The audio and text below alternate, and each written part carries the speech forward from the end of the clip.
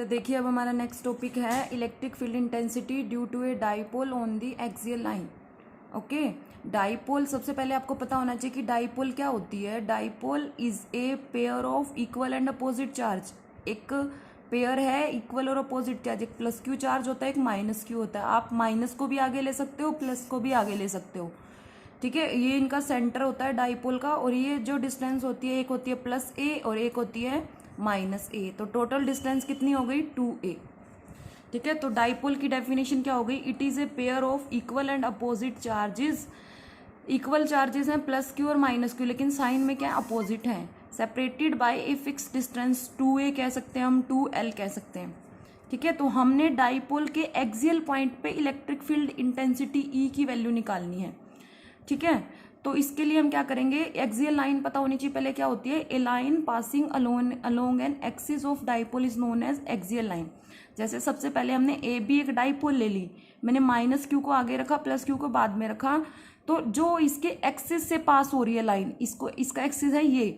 ठीक है, तो ये जो दोनों साइड हम एक्सटेंड करते हैं तो ये इसका क्या हो जाता है, एक्सिस हो जाता है। तो जो एक्सिस से पास होती है लाइन उसको हम क्या बोलते हैं, एक्सियल लाइन।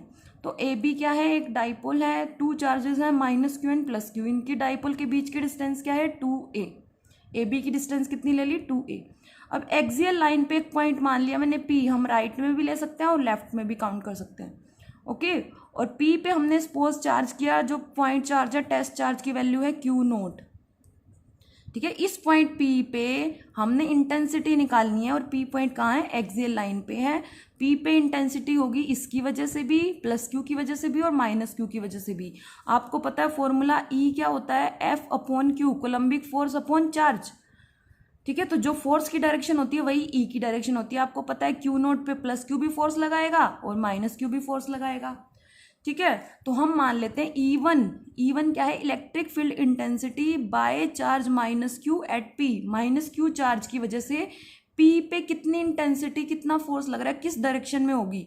तो इसकी डायरेक्शन होगी, आपको पता है ये पॉजिटिव है तो पॉजिटिव टू नेगेटिव होती है E की डायरेक्शन, तो यहाँ से स्टार्ट हो रही है और ये डायरेक्शन होगी आपकी E1। ठीक है, इसके लिए मतलब पॉजिटिव चार्ज नेगेटिव को अट्रैक्ट कर रहा है, नेगेटिव पॉजिटिव को अपनी साइड अट्रैक्ट कर रहा है, तो ये डायरेक्शन। ठीक है, सिमिलरली E2 क्या होती है, electric field intensity by charge plus Q at P। Plus Q की वजह से P पे कितनी इंटेंसिटी है उसको हम बोलते हैं E2। ठीक है, अब ये प्लस प्लस हैं दोनों, तो ये आपस में क्या करेंगे, रिपेल करेगा इसको, तो ये डायरेक्शन होगी आपकी E2 की।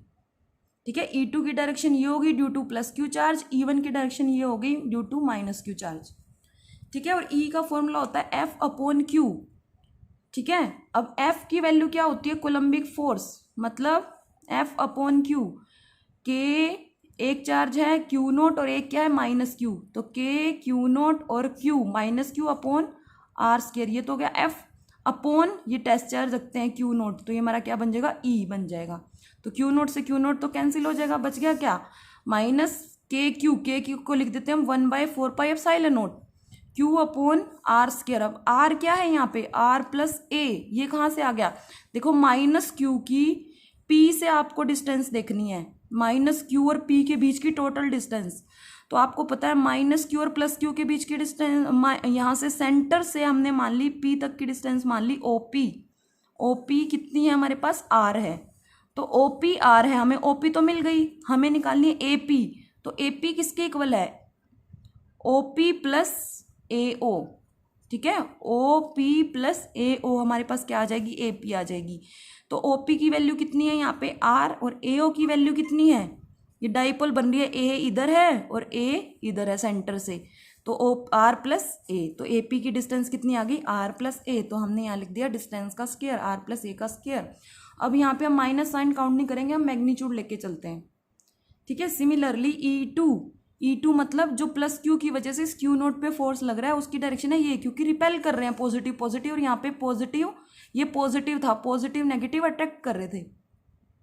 ओके, तो यहाँ पे E2 की क्या हो गई आपके पास डायरेक्शन वैल्यू क्या हो जाएगी, सेम K की value KQ upon R square. एक Q तो कैंसिल हो जाता है फोर्स में, तो आपके पास क्या वैल्यू आएगी, Q अपॉन 4 एप्सिलॉन नॉट। अब ये R माइनस A होगा। अब हमें चाहिए B से लेके P तक की डिस्टेंस, BP इसकी डायरेक्शन होगी अलोंग पी ए, इसकी डायरेक्शन होगी अलोंग बी पी प्रोड्यूस। तो बी पी की वैल्यू कितनी होगी, बी पी ये पूरी हमारे पास आर है, तो ओ पी में से अगर मैं ओ बी माइनस कर दूँ तो मेरे पास क्या आ जाएगी, बी पी आ जाएगी। ओ पी कितनी है आर, ओ बी कितनी है ए, तो ओ पी में से क्या माइनस कर दूँ, ओ बी माइनस कर दूँ, तो ये आ गई आर माइनस ए स्क्वायर। अब हमें E1 मिल गया और E2 का मैग्नीट्यूड मिल गया, ये तो पॉजिटिव है, पॉजिटिव ही रहेगा, और ये भी क्या बन जाएगा आपका, पॉजिटिव बन जाएगा।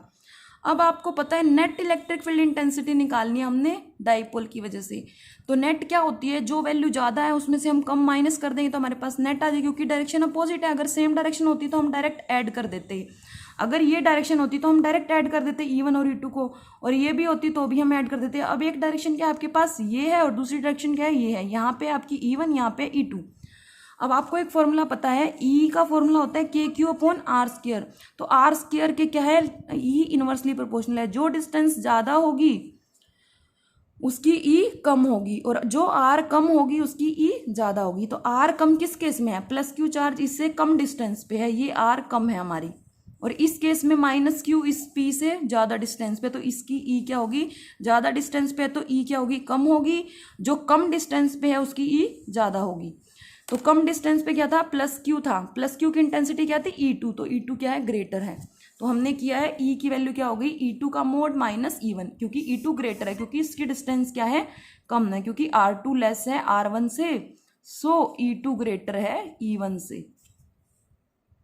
ठीक है, तो यहाँ पे हमने वैल्यू पुट कर दी, मैग्नीट्यूड पुट करना है, तो Q अपॉन 4πε0 E2 की वैल्यू थी हमारे पास R माइनस ए स्क्वायर, और E1 की थी Q upon 4πε0 R plus a square. तो माइनस कर देंगे हम दोनों को, तो यहाँ से कॉमन आ रहा है Q बाई 4πε0, यहाँ रह गया 1 by R minus a square minus 1 by R plus a square. तो ये हमने एलसीएम ले लिया, आर माइनस ए स्क्वायर और आर प्लस ए स्क्वायर, यहाँ पे हमने सोल्व किया, स्क्वायर ये वाली यहाँ पुट कर दी, a square plus b square plus 2ab, बाहर माइनस है तो इसके साइन चेंज हो जाएंगे, a square plus b square minus 2ab होता तो minus a b square plus 2ab, इससे ये कैंसिल हो गया, 2ar कितना होता है 4ar, और इसको हमने डायरेक्ट दोनों का कंबाइन स्क्वायर कर लिया, R minus a R plus a इसका कंप्लीट स्क्वायर। ठीक है, अब a माइनस बी और a प्लस बी क्या होगा, a square minus b square complete square. अब 4ar को मैंने ब्रेक कर लिया, 2a into 2r, 2a into 2r क्या होता है 4ar। क्यों किया, क्योंकि जो डाइपोल होती है इक्वल और opposite charges separated by distance 2a, तो डाइपोल की भी स्ट्रेंथ होती है कि कितनी स्ट्रेंथ है, कितना अट्रैक्टिव और रिपल्सिव फोर्स है। तो डाइपोल स्ट्रेंथ को डिनोट करते हैं कैपिटल P से, डाइपोल स्ट्रेंथ, इसका फॉर्मूला होता है the strength of dipole is known as dipole strength. तो फॉर्मूला होता है Q इंटू 2a, मतलब आइदर चार्ज, कोई भी चार्ज ले लेंगे हम, multiply the distance between them is known as dipole movement. तो Q इंटू 2a, तो Q इंटू 2a तो हमारा बन गया P, dipole movement. Electric dipole होती है, इलेक्ट्रिक डाइपोल की जो स्ट्रेंथ होती है वो क्या कहलाती है, इलेक्ट्रिक डाइपोल मूवमेंट। तो P क्या होती है आपकी, dipole movement, okay, into 2r, ये आपका क्या है, डेरिवेशन हो गया। अब एक स्पेशल केस है कि जब distance of dipole is very short, जब डाइपोल बहुत कम होती है डिस्टेंस, डाइपोल की हमने डिस्टेंस 2a लिया था, तो a बहुत कम है कंपेयर टू r, तो हम a को नेग्लेक्ट कर सकते हैं, a नेग्लेक्ट मतलब 0, तो यहाँ पे बच गया r की 4, और ऊपर था 2kp इंटू r की 4 से एक r कैंसिल, तो क्या वैल्यू आ गई 2kp upon r3। Very important axial line का स्पेशल केस है, डेरिवेशन यहाँ तक कंप्लीट हो जाता है, ये स्पेशल केस आपने दिखाना है। ओके बेटा, note down in your notebook, if any problem then discuss. Okay जी, थैंक यू।